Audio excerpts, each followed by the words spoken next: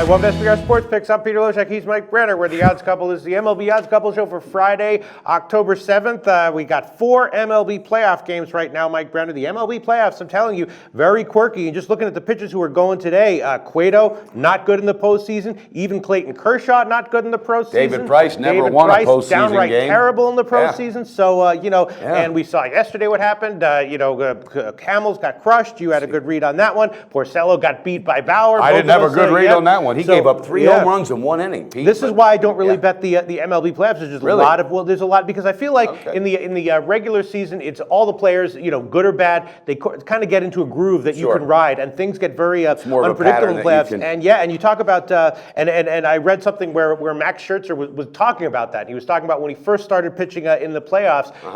He admitted that it messed with his mind. He went in and tried to do better than he normally would, and he lost his control and it messed with his mind. So that makes sense, And you know what? That's one sport, Pete, when you get to that level, when it gets to the championship competition, where it seems to rattle players a whole lot more than other sports. There's a fine line in baseball, and just in the regular season, there's so many games, and no one game is so important that people just get into it. They just get it's that 162 game grind that they're just figuring out a pattern. And then all of a sudden, each game becomes way more important in the playoffs, and it's totally different mentally. Good breakdown. So now we got 4 games. You ought to do this for a living. Mike Brenner, we got 4 games here. I might give one play here. I'm not exactly sure. Come on. I'll bet right now that by the time this video is over, you got a hell of a lot more than one. I did make one bet that I'm not even sure if it's a good bet. I just probably did not it even going to tell us about it. No, I'll tell you. I took Washington as a big home dog. I took him at plus 141. Why would you think that's Kershaw a bad... is not good in the postseason, but he might be great here. But so might Scherzer, and I just saw plus 141. So I did take a shot with that. I don't know if I'd give it here though. What do you think about that one? Well, I think also to tap on what you said earlier, I guarantee you both these pitchers also took a look at what happened to one of the best last night, who got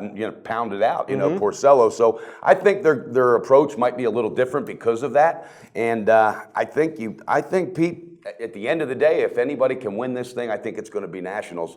I think Kershaw steps up. I see it as a low-scoring game. Me too. But I just think for some reason the bats for Washington at home will respond better than Dodgers bats on the road. That's my thought. But guess what? I got a lot of picks on there. Not one of them involves that game. All right. Well, wait. I take that back. Okay, I am going Nationals on the second half. On the second half. Okay, yes. We'll check what those odds will be. Probably about I don't know, maybe plus 125 or something like that. That's what I'm going. That's on the second guess. half is my first pick. All right, that's not that's an interesting pick. I was actually scratching my head thinking about that a little bit. Now let's move to the Cubs San Francisco game. Maybe you have a pick on this one. Cueto again has not been that good in the postseason. Although he has had some good games, but overall hasn't been good. And Lester, of course, closed out the second half awesome. But if you want to take the Cubs, you're taking a big favorite line, and San Francisco is a team that made the playoffs. So I don't know. What's your take on that one? You have a pick Pete, on it? again, to talk about what you said earlier, at this stage everything changes. There's not one team that has more pressure on them right now than the Cubs, and we all know why. Yes. The curse and all this. They won 103 games this year. The pressure's on them, but I think they have the manager that can handle that pressure. I think he can channel that into just nothing but motivation for these guys. And this group of youngsters, I read an article about Chris Bryant. He says, not one game, when I look at what I did, am I 100% satisfied. He said, I'm the hardest on myself, and there's always room to improve. This is the MVP of the league. He's going to be the NL MVP when they vote. I like that attitude. That tells me at home in a big stage, that kid's not shying away.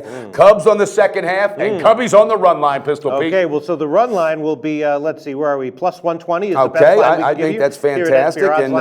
And you want the Cubs on the second half. I don't know what that'll be. Maybe it might be high. It might be high. 130, 140, I'm 150, ride it, 160. Pete. Okay, I'm going Cubs with on the it, second baby. half and on the run line. All right. What are your thoughts on my breakdown there? Geez, it's interesting. I mean, obviously, I wouldn't want to bet against the Cubs until... I'll stop at the curb. I'll open the door. Why don't you jump on in and pull the trigger? But I can't bet on those lines. But I'm not going to take it. But I certainly wouldn't argue against it. I wouldn't try to call you off it. All right, and now let's move to the Boston-Cleveland game. Again, Price has been bad in the postseason. They bit my ass last night, Boston, and not just Porcello. What happened in the first inning, and I'm sorry I'm backing around here, all right, they scored 2 runs in the first inning, but because now they have instant replay in baseball, they reviewed that play, and sure enough, they took the run back. that. In baseball, I think more than any other sport, I think that messes with these guys psychologically. They lost their mojo after that call. They really did. They got a few back here and there, but that momentum wasn't the same. So I think today this team gets fired up. And I think, again, though, Francona knows this team better than anybody. So he's feeding info into his team, obviously, how to pitch them, how to maybe lean to the left, or who's going to be, trying to pull the ball. So I think they have that advantage. But today, I think the money's on Boston in the first half money line. Okay, I think Price has something to prove on the first half. The first half money line would be minus 105 is what we can give you. I think it's good value. What do you think? Kluber's going to be okay? Yeah, Kluber has been in the second half. Overall, he was great this year, but in the second half particularly, he was good. He didn't have a great start every time out, but most of the time he was. But what about that great. little nagging injury? Because there was at one point they thought they were going to shut him down for the year.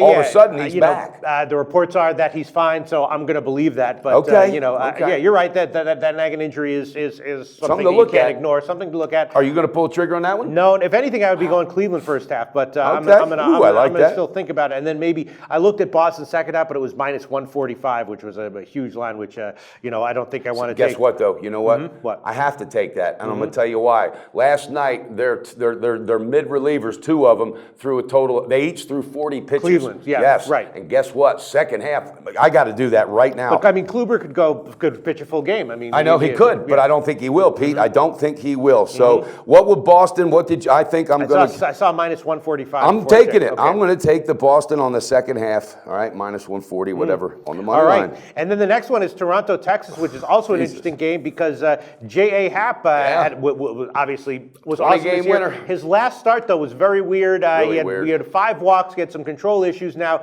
was that a speed bump? Maybe, maybe not. But it's definitely a little bit concerning. I mean, we see this all the time, and we saw it with Hamels. Hamels came in, and again, look, J.A. Happ had a great year, but we just listed 3 awesome pitchers who've all been bad in the postseason, and this is the first time Happ's been good. I don't know. I could tell you didn't go out with us last night to Chubbs and pound the beers for Felipe's last day because you're sharp as a frickin' tack. And here's the deal on this. Did you notice when Toronto was shuffling to make their lineup for this series?